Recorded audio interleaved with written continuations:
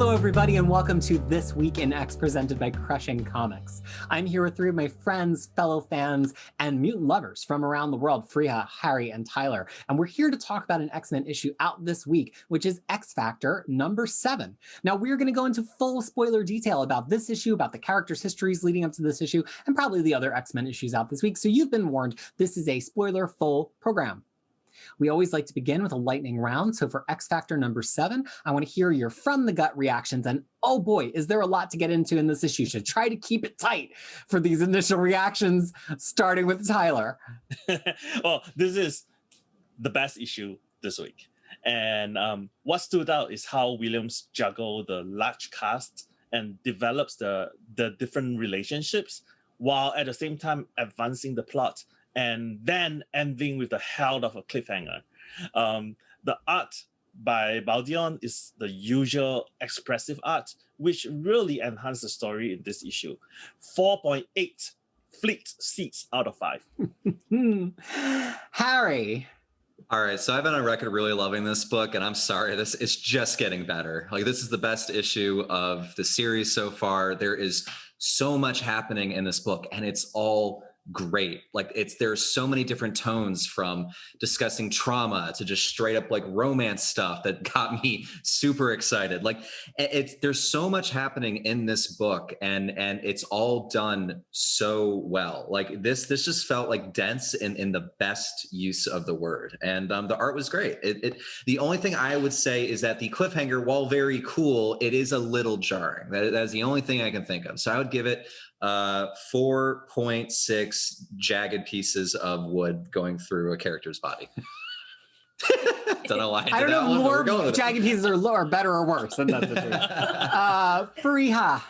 So I was not very much jiving with X Factor when it first came out, because I was like, I don't know any of this character. But since then, I went and read a bunch of more books. Now I know these characters, and I'm dangerous, about my feelings about these characters. And I've already read X Factor. So with knowing all of that, something really clicked for me in last issue. And since then, I'm loving it. I want it to be X Factor every week. I want it to be X Factor every day.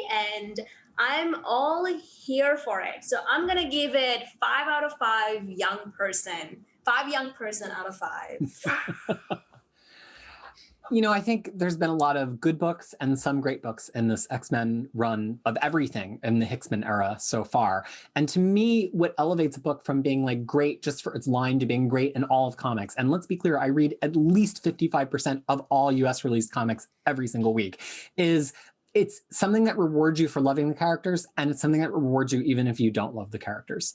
And it's hard for me to come from that second component because I've read so much of these characters, but they're not necessarily my favorites. And I just think that this book is maybe the first X book of this line to me that has stuck its nose up above the waterline, and it's actually just great comics without me having to say it's great X-Men comics. And that's because I think Baldion and Williams are doing something that made comics great in the 80s and the 90s, which is they're mostly just writing about these characters who happen to be in a very thrilling plot. So we're going to get into that some more, but I think the final thing I would just say is these are two creatives, along with their letterer and their colorist, who maybe don't get given enough time in a book usually. Do we usually get Baldion being on a book and not just getting replaced after an art? This is Williams' first true ongoing here at Marvel. And it just goes to show, like, don't cut these books off at the knees. Sometimes a book needs to get to issue 7 before it's like running like a locomotive and you cannot catch it because it's just going so great and it's making you so excited. And that's X Factor for me. I just think it's stunning. Okay, so a lot of things are threaded throughout the issue. So you're going to notice we talk about a couple of things that are not just constrained to one scene, but are maybe an interaction that we see across several parts of the issue, just so that we don't talk about every panel, which is the danger when we were talking about Baldion's arc. And so the first thing I want to talk about is Prodigy and speed dating, speed making out, and speed fanning over North Star.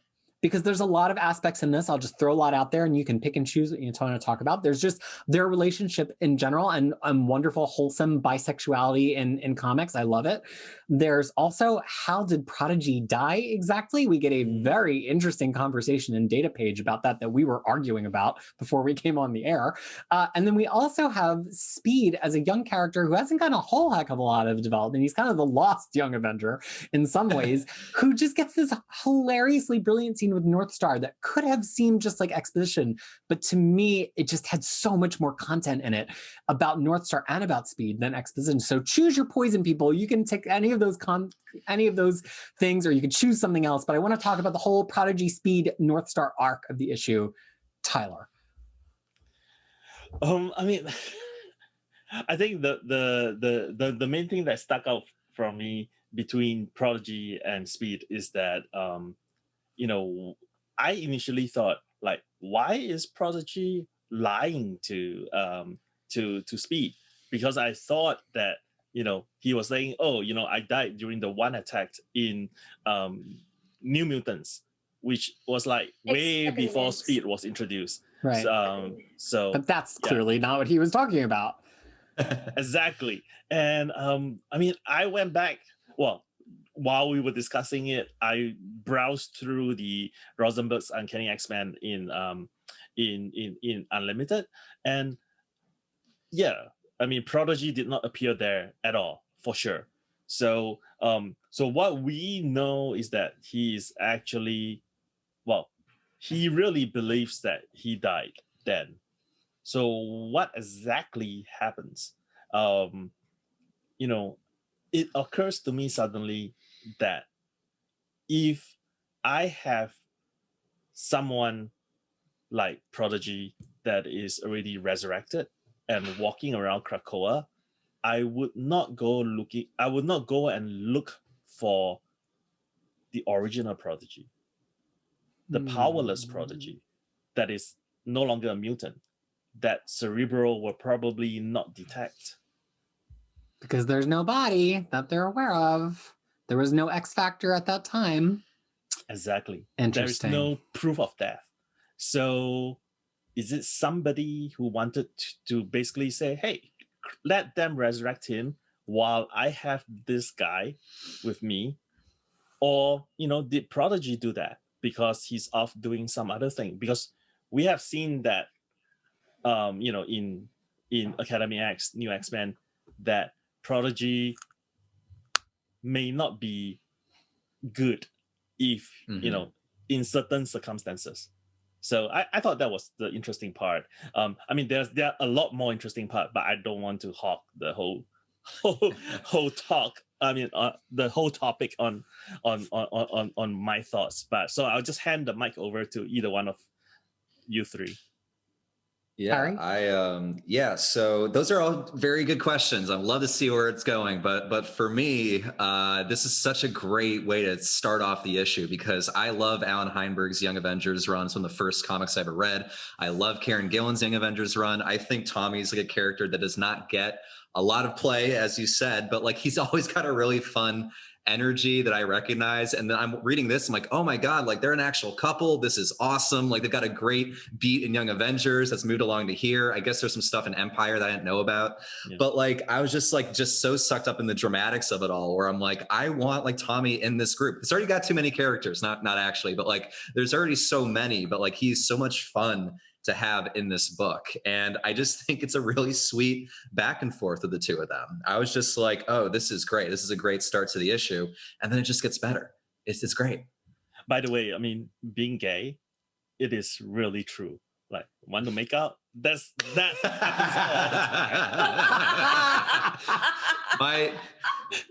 one of my favorite moments in the Young Avengers with Karen Gillan is it's got that like when they meet in the like a halfway point in Young Avengers, Tommy's just like, so yesterday I was at a club swinging my shirt over my head and I just realized something about you, Prodigy. It's just like such a fun relationship there, and now it's become much more advanced here. They just rule.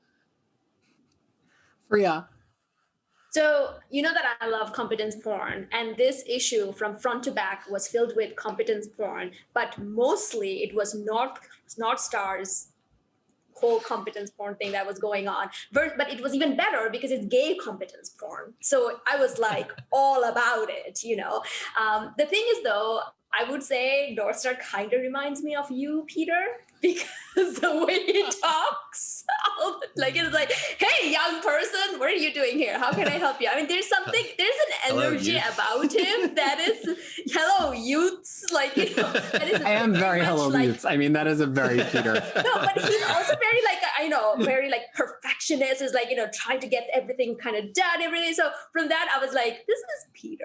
Like, you know, so I kind of like that. So, but the thing is, like, I just like the whole thing of it. And now that Tanner pointed out that this Prodigy may not be the real Prodigy, and it's kind of adds a little bit different layer to it, because the thing is that, you know, he's also one who's creating a mutant graveyard or like mutant, you know, thing in the backyard and everything. So, and we do, like, you know, we do know from Academia X that he has a very different trajectory in life if his power was allowed to roam free. So I don't know whether how is that coming in. Now that also brings the question, is Moira doing that then? Like, is she's the one who is allowing this to happen? You know, so that, I mean, you know, I'm kind of excited about going to all of that. But the thing is, like, I just love from front to back. And then also, I think Peter pointed out that, you know, he is, Tommy's uncle is Quicksilver, who is a speed star as well. But he's like, Northstar, you're my hero. And then to that point, also another question is like, how does Exodus feel about Pretender's child walking around on the island? Like, you know, he is Wanda's child. Like, you know, we have seen his Spoilers! I have to bleep that whole thing out. Sorry. Like, Well, I just bleeped out some great spoilers from Fariha for those of you. Or you heard it. And but the thing is, like, no, I mean, that's what I'm saying, though. It's just like a lot of that is also kind of bringing it as like, okay, at first I was like, oh, how does he coming to the island? But, you know, it kind of makes sense. He just walked over the ocean. But the thing is, like, I'm just kind of thinking that how others feel about Pretender's son being on the island. Like, you know, I don't know if that's going to go well with White Council. Oh boy, how am I going to do this and not talk for an hour? Just have to be at Northstar speed. Okay. No, go talk for an hour. I could on one breath. So the first thing here is, you know, Tommy was in the preview, so everybody knew he was going to be there. And I think all of X-Men Twitter and X-Men fans, even on Facebook, I saw some of it, was like, does this mean he's a mutant? He's on the island? And I guess it's kind of one of those things where I'm like, if you're not reading X Factor, that seems like the thing that is fascinating. But if you're reading X Factor, it's like, you're not even thinking about it on that level, because there's so many other things happening in X Factor. And it's just, to me, that X Factor has this whole little world that's going on that, like, actually, to most X-Men fans, the thing that would be fascinating, which is, does this mean Tommy's a mutant? For us, we're like, I don't know, he ran there. Let's just keep talking about these other things. I think that that's really fun. And I do kind of assume he just ran there. There's no hint that he came or went through a gate. And I think that honestly, Fariha's point is a huge point, which is like, yes, somebody's going to have an opinion about Wanda's kid being on the island. It's just not the thing to focus on yet, but now the seed has been planted. So that's one. Mm-hmm. Two is, and I definitely want to hear from the rest of you, because I'm not necessarily the best person to talk about this, but, you know, we have Leah Williams as an out bi writer writing an X-Men title with multiple bi and gay and characters who identify in other spaces on the spectrum. And you have this great conversation between Tommy and Northstar, and also with Prodigy there, that is about mentorship of one gay man to a youth who, I don't know, I can't remember if Tommy's gay or bi or questioning, I don't know. Mm-hmm.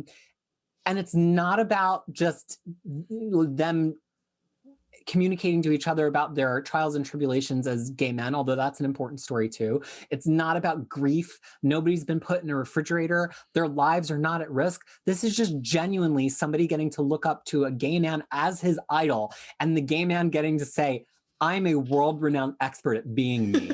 And I'm like, people get this all the time, especially men in comic books. And when have you ever, can any of you ever even think of this conversation ever happening with a gay character before. I can't.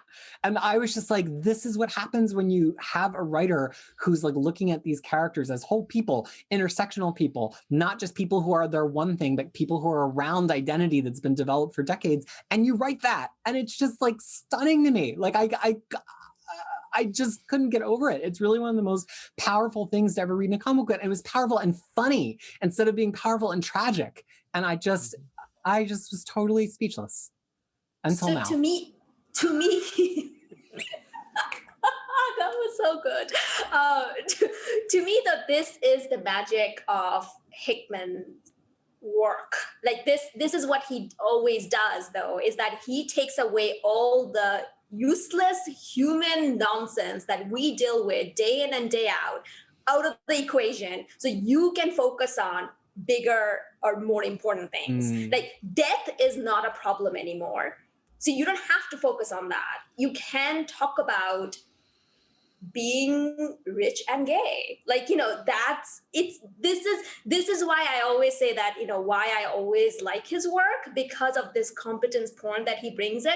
I'm not saying that Leah Williams doesn't have any credit for this, but the thing is, like, it brings this, like, now these mutants can talk about these things. They don't have to run. They don't have to be hunted. They can talk about right. He's made room for all these other conversations that we've always wanted to see these characters be had.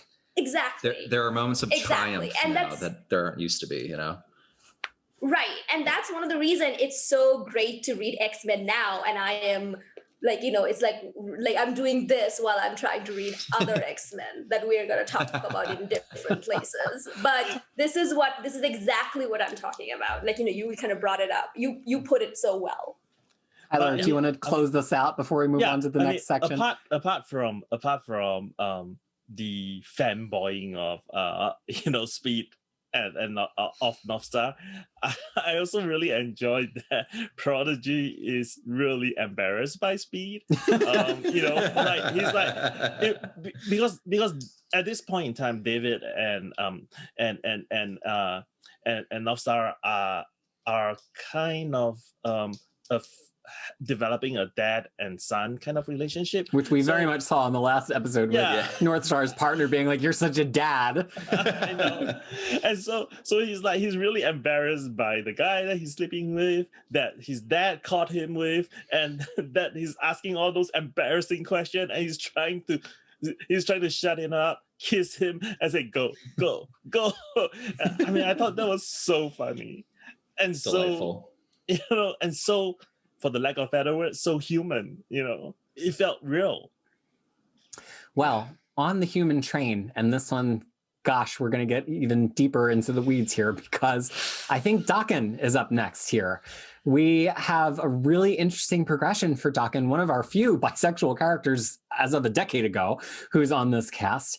First, in his burgeoning bad romance with Aurora, where he gives us this really interesting dialogue on his pheromone powers. He can smell it, but he can't read minds. He can tempt you, but he cannot make you be tempted. And when he senses from somebody, as he puts it, a series of green lights. And I think this is really interesting because it's kind of maybe a little bit of a retcon of Daken from before, but it really makes a much more fascinating Daken, and I think a better Daken to be reading about than the Daken that we've ever had before. And I'm saying that as somebody who he's like my problematic fave.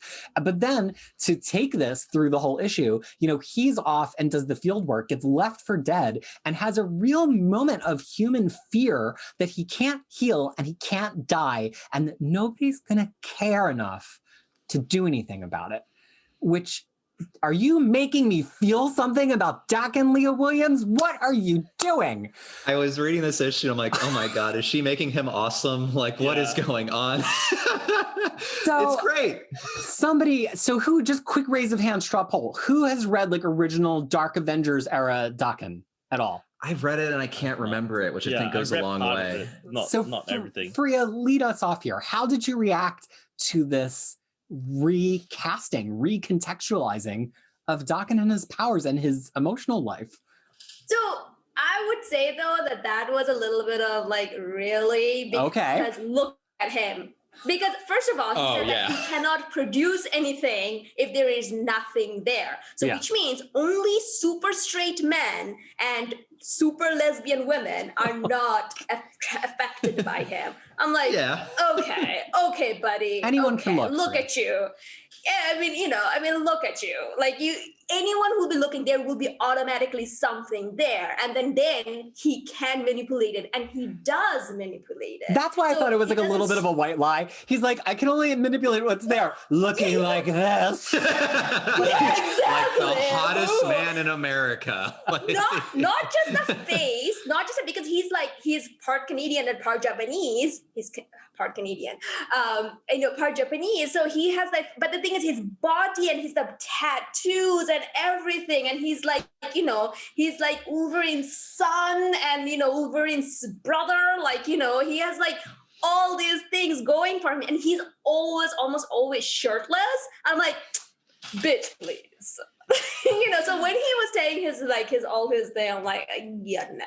But you're not buying it fully.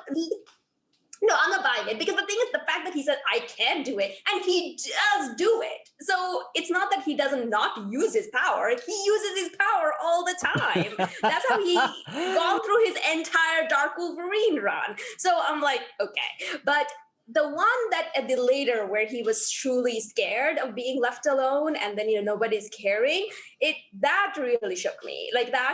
Because the thing is, it was actually going by the abuser, North Star's partner. I forgot his name. Kyle.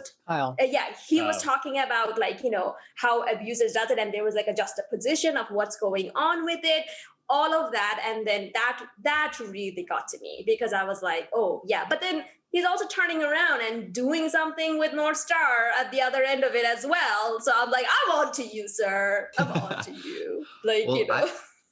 I liked his explanation of his powers, because it doesn't change he can weaponize the pheromones, and he is apparently the hottest man in America. So there's always going to be some, but the description of him walking around and knowing when everyone around him is kind of horny and wants to bang, but not knowing much beyond that. It kind of is it sounds like an empty hedonism, but with no deeper meaning for him to connect with, which seems line up with that character without it being with having some more emotion and pathos to it, beyond just him being the sexy, cool guy that sleeps around, which was kind of the thing in Dark Wolverine from what I remember. I try not to, but that book's fine.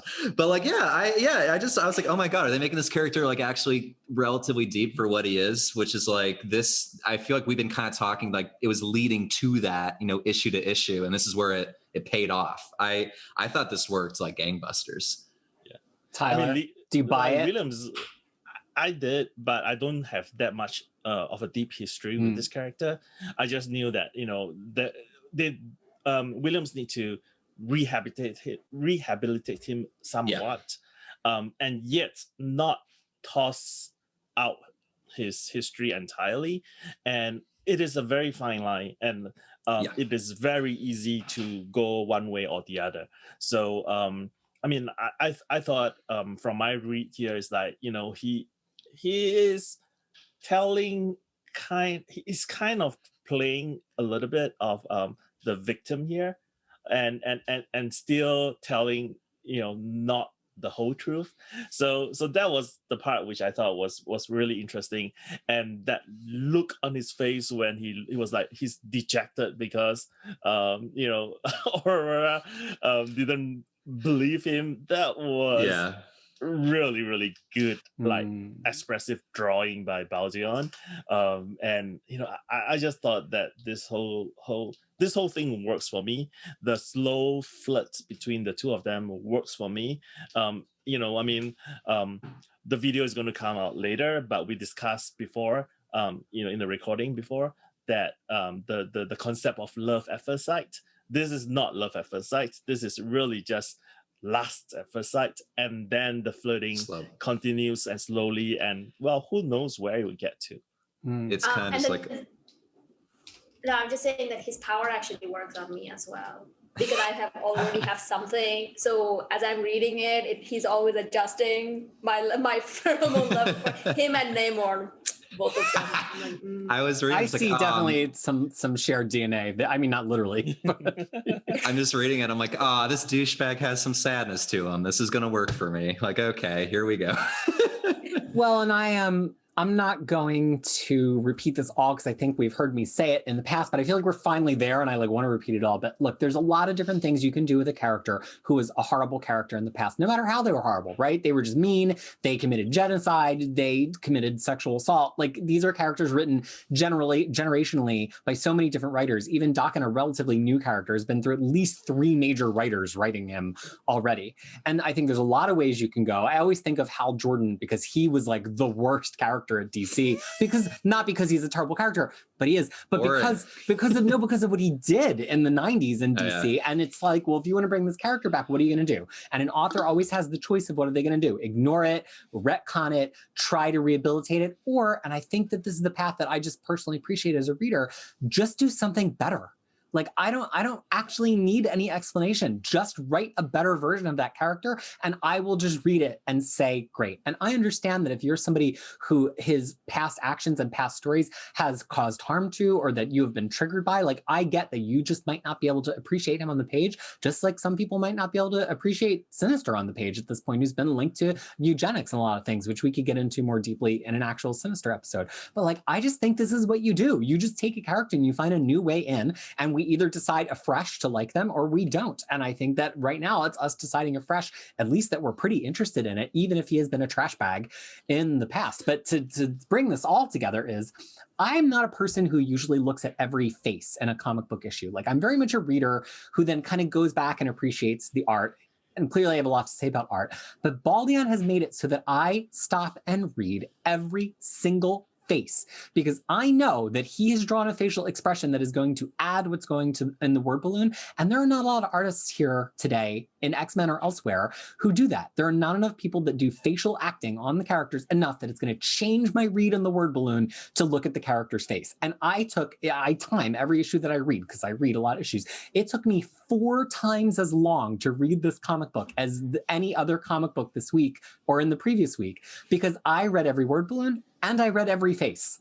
And you have to be real damn subtle to get me to do that. And especially finally to end this diatribe, Peter is taking this to the end of the North Star arc, almost the end in this issue, with Daken, where he rescues Daken. And they have a really tender moment together, even after they've been kind of standoffish for many reasons. And the camera gets farther and farther away from them, which is meant to show the amount of space that they're in, the far distance that he has to go. But I found myself getting closer and closer to the page because I wanted to see what they were doing emotionally, even though it was zooming out. And like, by the end, I physically was like face into the screen to see it. And I just think that's magic. If you can make me do that unselfconsciously and put my face up against the screen to see your tiny, tiny characters, you, my friend, are a magician. That page is like that page is the artistic like achievement of the book. That is like, it's pretty incredible by the final panel, just like the pull out of them alone in the quiet. It feels so visceral, or it's so impactful. It really is great. Well, and also, even in the crazy fractured page where we're getting that trauma discussions, we can't possibly talk about all of it. Oh my gosh, talk about amazing writing. That first we're closer to the characters in the hall and he's farther away, and then we get closer on him and then it's their backs. And like, there's some really magnificent plotting them through space, blocking of the characters going on here. And if you're not a person who usually thinks about where people are on the panels, go back and look at that page and think about the decisions about where each character gets put in each panel, because this is not by chance that the panels are being unfurled the way they are. And I also like the fact that North Star instinctively knows that this is pointless to go hard and threaten Daken. Mm-hmm. So he used a different approach with him. And as a result, I mean, the relationship is not quite friends, but they are not quite just teammates. It's somewhere in between, which I kind of like. There's respect there. Yeah, there's definitely respect there from both sides. And we haven't even, I'm really impressed none of us have mentioned Daken's absolutely like wretched frat bro clothes in the opening there with the backwards baseball hat, where I was like, oh, okay, how much does he suck this issue? But no, it's just like a disguise, which is good. And Aurora was, no, I say Aurora was the Fariha character of the issue, because she's like, why are you wearing that? Because I was thinking the whole time, like you were talking about like the facial expression of everything, I was just looking at the frat clothes. I'm like, Harry would wear something like this. Why is Daken wearing that? Just kidding. It's the worst burn I've ever taken. I'm going to dress up like that next issue. Harry's undercover, much like Daken, because he's in Florida and he just has to dress like that.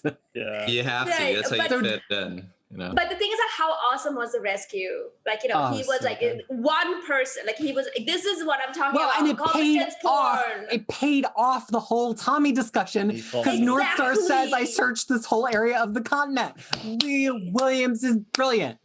Exactly. That's exactly what I'm talking about. It's like, it just works so well, like it worked so well, because it was like already set up for you, and then it paid off. Same issue. Like, whoa. All right, final section, folks. Siren, what is she up to? What is she doing? Daken's following her, trying to report back, but he's calling Polaris, who's Siren hypnotized with her normal powers under the guise of Morrigan, who's inhabiting her. We get reminded by the data page that Morrigan can only inhabit freshly dead people, which a mutant is real damn handy for at the moment, especially if it's somebody who's pretty high in the resurrection queue. But it doesn't actually tell us what Morrigan is doing, which I think is the most interesting thing, because we get so involved with her leading Daken around until she finally wrecks him out in the tundra, but it doesn't actually reveal what Morgan's plot is, except we get to this crazy last page cliffhanger hitchhiker. I don't even know what I'm talking about. Cliffhanger, and she's killing the entire team. But before we even get there, we have to realize that we have a team full of detectives, and as soon as you get Polaris in a room with enough of them, after they do their go-round of the island, which we could still talk about for 100 hours because Dazzler's in it, but I'm trying to move here, is that iBoy and Rachel call Polaris out on it immediately, but it was just long enough to sow the seeds of discord that needed to be sown on the team. Oh my gosh, Tyler, what should we even focus on here? There's so much. Well, I mean, the fact that iBoy immediately recognized that Polaris was lying because of the different things that he could see. His different eye are basically visually telling him that Polaris is lying, and not calling her out initially. Almost like he's hesitant to, like, maybe she has a reason to lie. Maybe that she's the leader. She's the senior X-Men. Yeah. So that's the thing. Like the seniority here works for her with iBoy, because iBoy is like, oh wait, I thought she's lying, and she's not 100% sure about that.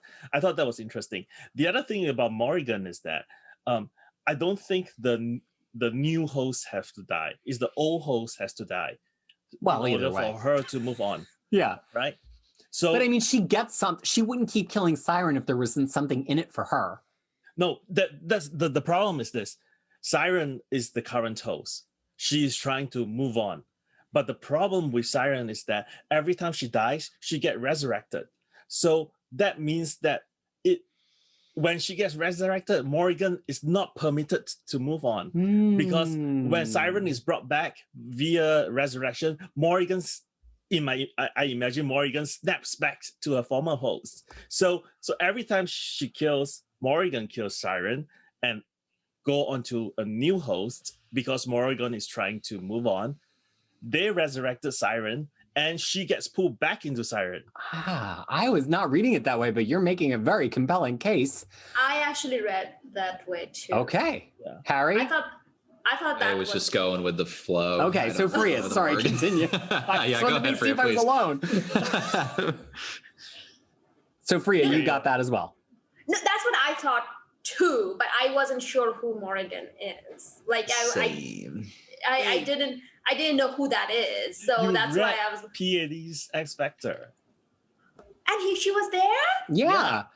That's how Siren gets like taken off the table at the end. Yeah.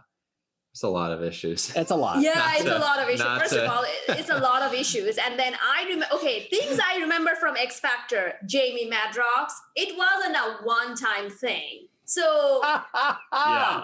like, you know, like it wasn't a one-time thing. You made her pregnant, you sucked her baby into you. So Kind no, of a drag on Madrox this it's issue. not a one-time thing. And then I just love the zingers. Like, this is why I run things now. So, but then, yeah, but the thing is, like, it was just, but yeah, so I actually completely forgotten that. But I did also, when I read the data page, that's what I kind of took, that she's trying to find something. But what I didn't understand, I'm like, okay, then why don't you just find something in between? They're finding the body. Like, you know, there is some time between the resurrection. So why can't she just run away during that time? Because like, So is I the was like- soul ever released? Like now we're getting into metaphysical stuff, Yeah. right? Like if Ooh. she's, I don't know. No, right? I think it's the problem is that when they get resurrected, when Siren get resurrected, right, she gets pulled back from her, so it prevents her from moving on. It's my read of it. I mean, the other read of it is that when they resurrect Siren, they are not actually resurrecting Siren; they're resurrecting Morrigan. So again, she gets pulled back into that old body that Morrigan does not want to be in. I mean, it is not science. I mean, you know, we are dealing with fantasy here. So, I mean, the Right. rules can be made up Yeah. anywhere. Mm. I mean, my question with Yeah. the interrogation thing is that why is Banshee living in a cave? He likes caves. He's a cave just guy. I don't know. He just loves He's just kids. waiting to get And then- voted onto the X-Men so somebody cares and he gets upgraded. This is what That- happens when you're a that's- character that's not in a title right now. If I was And living then- in paradise and I was offered to live in a cave, I would try it. I'm not saying it'd be forever, but I'd give it a go. But Maybe let's go. he's just trying to get votes by saying that I'm one of yous. I live in a cave, unlike those quiet council people. Oh, But I just love the idea. It's like, oh, she keeps on dying. She died a lot recently, and he's like, what? That's my thing. Like you're not caught Banshee's up. like, That's You why are they- not in but the Yeah. loop. I also didn't understand why they went to Havoc. What's their connection? Because why X they went to Factor. Huh? X Factor. yeah, they're all X Factor people. It's all X Factor people. except That for might have been the Dazzler. best joke in the issue where he's just like, you can It's call like me evil Alex. post. My friends call me Mr. Sum. You, No, it's my, like, my that, brother is Mr. Summer. Because, you can call me Alex. And just his face, like, please, I love every appearance by Havoc. Is like, Yeah. please love me. Don't make me go back on another It's mission like with Hellion. himbo type of. He's like the Oh. saddest puppy. Yeah. So he is X Factor too. Yeah, he and Polaris joined X Factor towards the end of PAD's second run. No, I know Yeah. that. But the thing is, like, but he's not in X Factor now. So No. why? No. Yeah. But so they're why interrogating a lot of like former X Factory people. I think is the that's because the thing is, so I have a little bit of hard time focusing on all the ladies' face in this. Like his David Baldwin's art is really good, but without the hair color, I can't. So I am like, wait, Polaris they're not looking for Polaris. They're looking for, why did they go to Alex? Like, you know, because I'm like, if they're looking for Lorna, they should go to Alex. But Yeah. that's fair. why- I mean, that's a you know- totally in a book with Lorna to have Alex as the punchline is Right. confusing. That's why I was very confused by that. But- Especially because Daken said in the inset panel there, what the hell, Lorna? And then they're questioning Havoc. Even in my read, I was kind of like, exactly. Yeah, I was like, wait, what? And then I was like, are they talking? So that's when I actually thought that because Ivory was there because he knows that he's lying. So I thought that they went to talk to him about Lorna. Oh, Yeah. okay. yeah, I know, got that's that what the I first time thought. around. Okay, You're not alone. Got it. You know. Yeah. Okay. All right. All right, Because I was kids. like, Final page cliffhanger, super jarring, as we pointed out Yeah. earlier. All of a sudden, there's a murder spree in the boneyard, and potentially Prodigy, or is it? I think it's Prodigy. It's really- Boy and Daken are the only three left alive as they're being It's hunted like- down. Do It's these like a ritual sacrifice. like if we're in a slasher movie?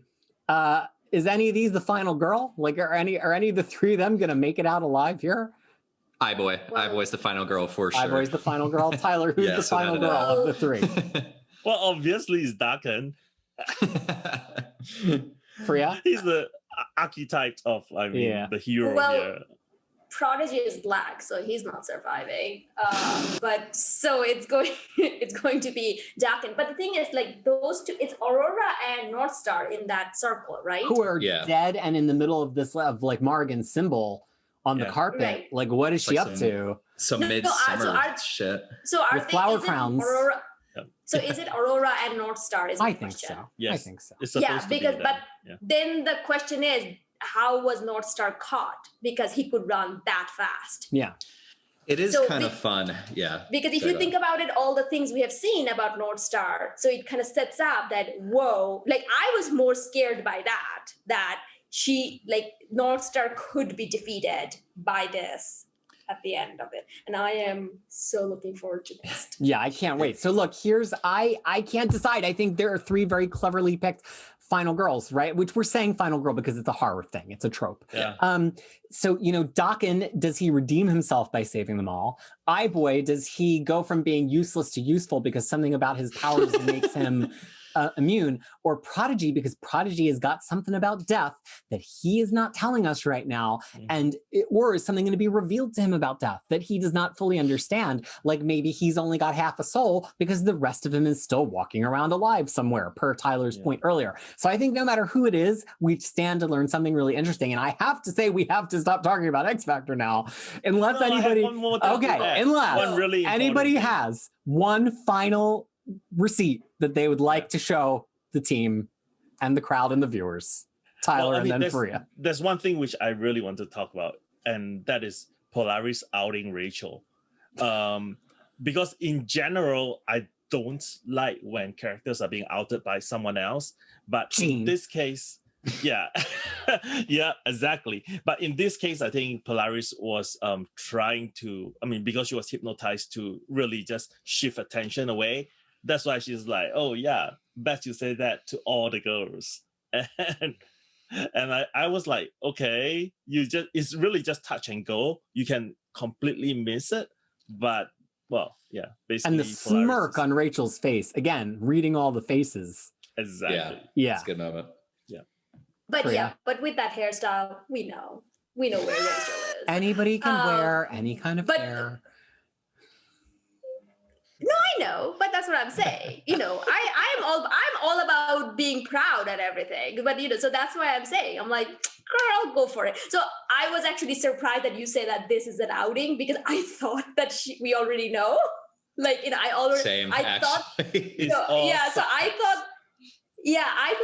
thought that she is already out. So this was something. But the whole like snap is like, whatever it is, get out of it, get it out of her. Whoa. Yeah. I was hot and bothered by that. It was so competent. Oh.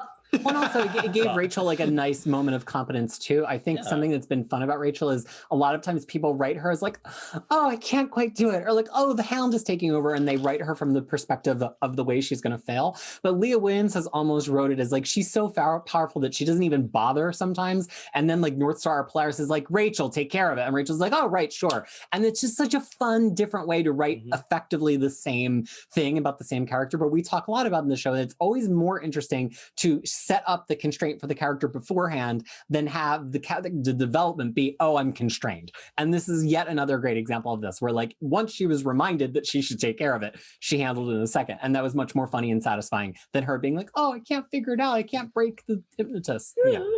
Yeah. Well, and also how Ayala, Howard, and Williams are cross-referencing each other, the same way, like Dugan and Percy were doing that in their titles. Like these few titles were like all cross-referencing events, because Rachel did not appear a lot in this issue because she was in Excalibur. And Vida Ella and Leah Williams seem to have a pact where they're starting to make more and more references to Age of X-Man, which is another interesting thing that's happening in these titles right now, but we just don't have the time. So if we hope that you love this issue as much as we do, and if you didn't, maybe you love it more now hearing us just go wild over it, because X-Men is what, Fariha? It's better when it's read together. That's right. And that's why we read it with each other and with you, because even if we all came out of something loving it, can we help you find the love for it as well? So thank you so much for sticking with us for this totally over the top, over the moon reaction to X Factor number 7. If you're looking for us to react to some other issues, we have covered everything out this week. And we hope that you will be back with us next week again for more This Week in X. Until then, from myself, Fariha, Tyler, and Harry, we all wish you well. Bye.